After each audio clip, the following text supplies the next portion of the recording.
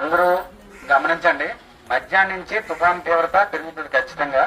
ఇప్పుడు ఆల్రెడీ మీరు చూస్తారు, గాలులు పెరుగుతున్నాయి, వర్షం పెరుగుతుంది. అలాగే మధ్యాహ్నం వర్షాల తీవ్రత, గాలుల తీవ్రత పెరిగి నైట్ కూడా నైట్ అంతా కూడా చాలా విపరీతంగా ఉంటది. ఎవరైతే వాళ్ళ గృహాలు బలహీనంగా ఉన్నాయో, గుడిసెల్లో ఉన్నారో, లేదంటే రేకుల షెడ్ లో ఉన్నారో అందరూ కూడా ప్రభుత్వం వారు ఏర్పాటు చేసిన ఏదైతే పునరావాస కేంద్రాలు ఉన్నాయో పునరావాస కేంద్రాలకి వచ్చేయాలి. నైట్ అంతా కూడా అక్కడే ఉండాలి.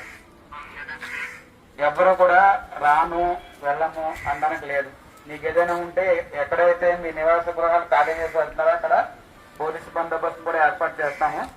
ప్రతి ఒక్కరూ కూడా మీరు చూడండి, మీ చుట్టుపక్కల ఎవరైనా గుడిసెల్లో గాని రేకుల షెడ్ లో గాని ఉంటుంటే వాళ్ళు కూడా తెలియపరచండి. వాళ్ళు వెళ్ళకపోతే మాకు తెలియపరచండి.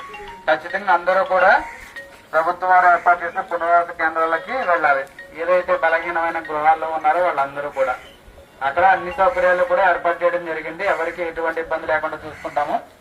మీరందరూ కూడా గమనించాలి. ఎట్టి పరిస్థితుల్లో కూడా నిర్లక్ష్యం అనేది వద్దు. ఖచ్చితంగా తీవ్రంగా ఉండబోతుంది. రాత్రికి అంతా తుఫాన్ తీవ్రత ఎక్కువ అవుతుంది. అందరూ గమనించండి.